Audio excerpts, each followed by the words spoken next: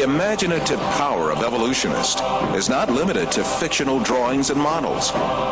They go even further and shoot movies in which imaginary half-man, half-ape creatures act. However, all of these are pure deception. The only evidence at hand is generally nothing more than a few skull fragments or a tibia. The hair, skin, nose, ears, lips, or other facial features of a living being cannot be determined from its bone remains.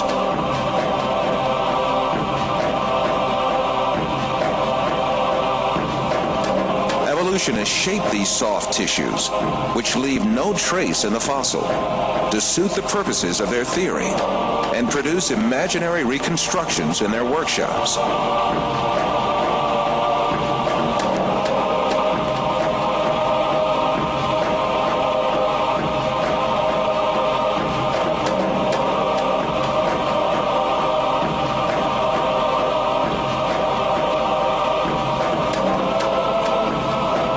Ernest Houghton from Harvard University states that these drawings have no scientific value. You can, with equal facility, model on a Neanderthaloid skull the features of a chimpanzee or the lineaments of a philosopher. These alleged restorations of ancient types of man have very little, if any, scientific value and are likely only to mislead the public. Evolutionists go so far in this subject that they can even invent very different faces for the same skull.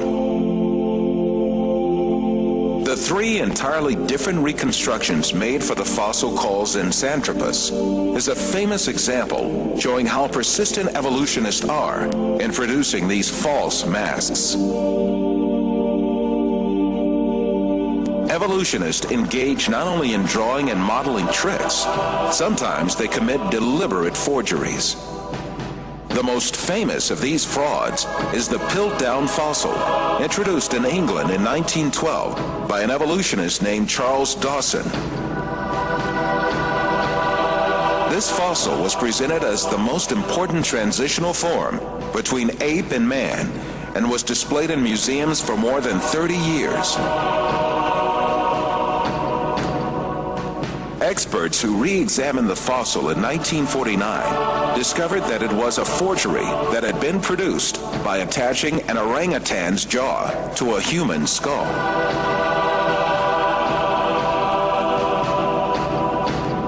Another intermediate transitional form fabricated by evolutionists was the Nebraska Man. This was cooked up in 1922 on the basis of a single fossil tooth. The evolutionists did not neglect to give it an ostentatious Latin name, Asparapithecus haroldcooki, or to make imaginary drawings related to it. It was soon revealed that the tooth that had been the source of inspiration for Nebraska Man, in fact, belonged to a wild pig. Many other fossil skulls have been presented as great evidence for evolution failed one by one. Neanderthal Man was advanced as evidence in 1856, dismissed in 1960. Piltdown Man was advanced as evidence in 1912, dismissed in 1953. Zinjanthropus was advanced as evidence in 1959, dismissed in 1960. Ramapithecus was advanced as evidence in 1964, dismissed in 1979.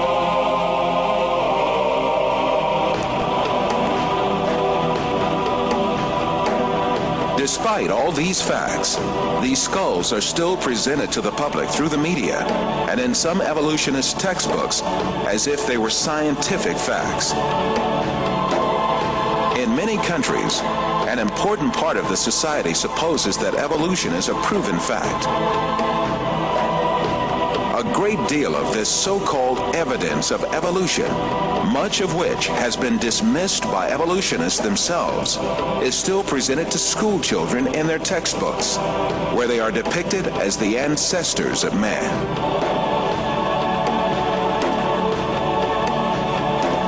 In fact, the truth that the evolutionists try so hard to deny and conceal is there for all to see. Species appeared all of a sudden and perfectly on the earth. That is, they were created.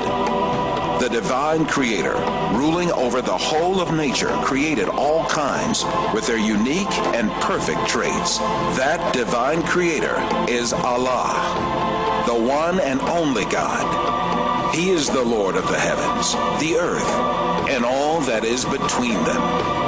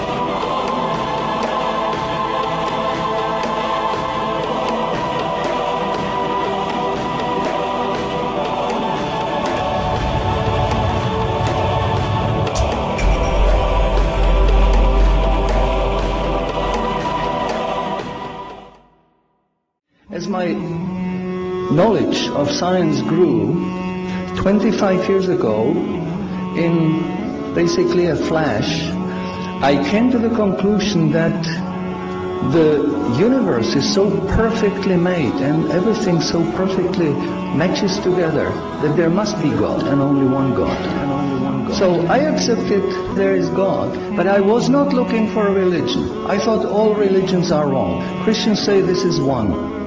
The Jews said Jews are chosen people, and if you're not Jew, you're not chosen. And about Islam, I only had negative information. So how does one distinguish with all the different ways of life, calling to people, telling them that they're the only way? How do we distinguish what's the right way with all this confusion? First of all, let's get this straight. It has to be really easy to tell if Islam is a true religion or a fake religion. And it has to be real easy to see which religion on earth is the one from Allah and which is the one from men, from devils, from con men, what have you. It can't be that the one true religion from Allah, that's generally from God, is going to look exactly and not discernible from the one that's from devils, one that's written by men or made up by men or altered by men, and I can't tell which is the one authored by Allah and which is the one authored by people. It can't be. Then he finished the sentence. He said, I'll go to your faith. It's better than my faith, but you need proof. And I said, man, religion has never been about proof. It's about faith. That's it. That's what religion is. He said in Islam, we have both. We have proof and faith. We have both. We have proof and faith. We have both. We have proof and faith. So different people from different religions used to knock on my door. And once the discussions got down to evidence, they had no answers. And that wasn't going to fly with me. And then I discovered Islam. And shortly after, I became Muslim. 1,400 years ago, when the world was immersed in darkness, the Quran was revealed, which brought light to a beleaguered world. And whereas the earlier books came with many scientific mistakes due to the hand of man having delved into them, the Quran had none of these contradictions. The world thought there could be no reconciliation between religion and science. But the Quran mentioned many scientific facts in great detail, like how a human being developed in the mother's womb.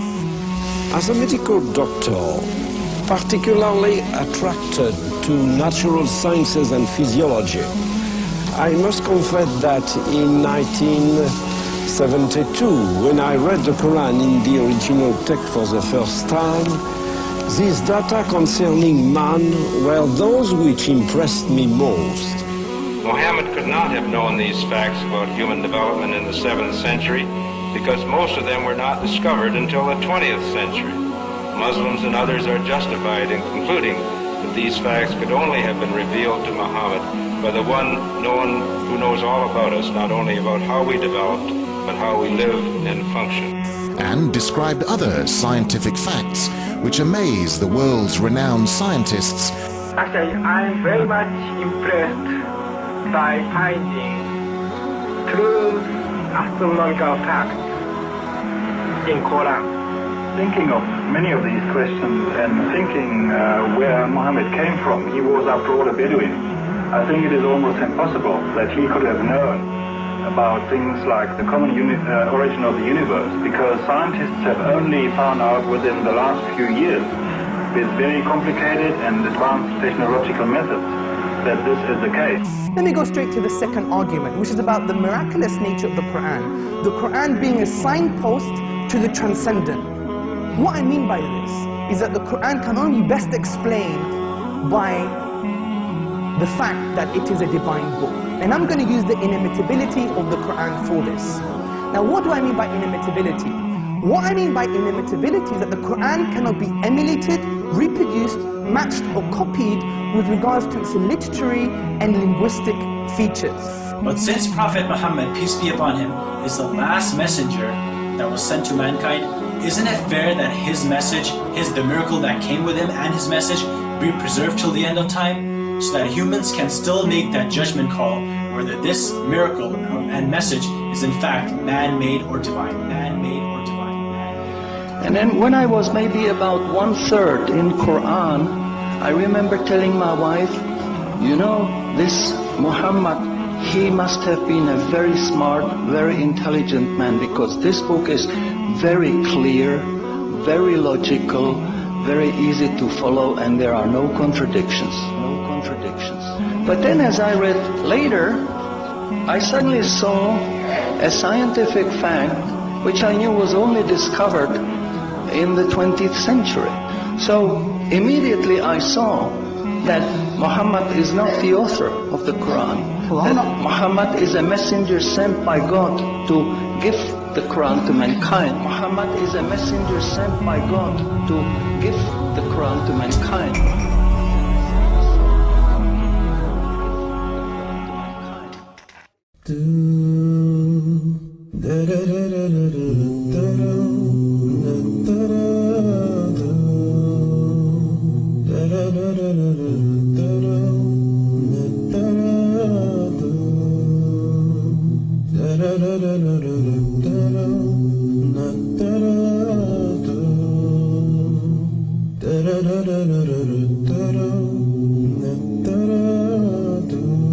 I used to live a life alone, living it just for me, and I had no idea this life would judge my eternity. I look at myself, and I wondered who created me. I had to open my heart and open my mind, and and open my eyes to see. Open my eyes and see the existence of what's surrounding me. It's more than just chance.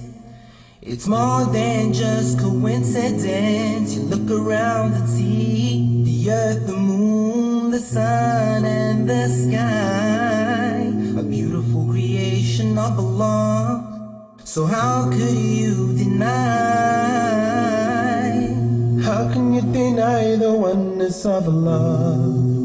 Allahu Akbar. How can you deny the oneness of Allah? Allahu Akbar. How can you deny the oneness of Allah? Allahu Akbar. How can you deny the oneness of Allah? Allahu Akbar.